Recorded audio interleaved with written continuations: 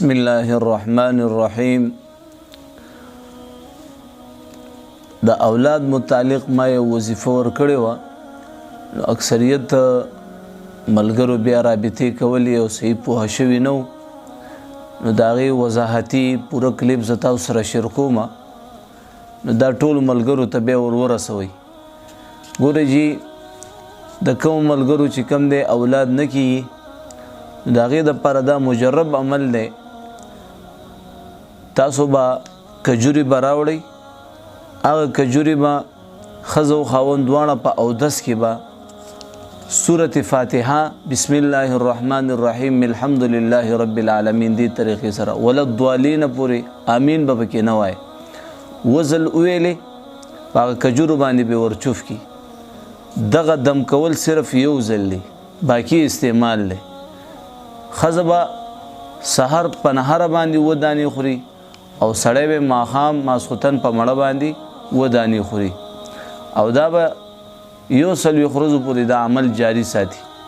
که چېرته کجورې ختمې شوې او نورې راوړي، نو زما محترمو هغه به همغه شان طریقې سره دم کی او استعمالی دی.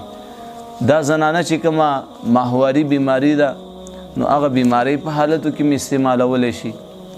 دا جوړه به مخکې ورکوي که د دې دم نه به بعد کې ورکوي.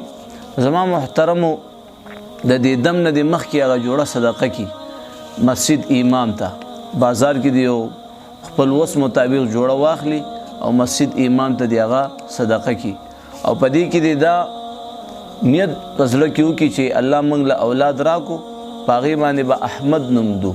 که چېرته الله پاک چاله لور ورکړه، نو هغه دی په هغې باندې بشرا نوم کېږي.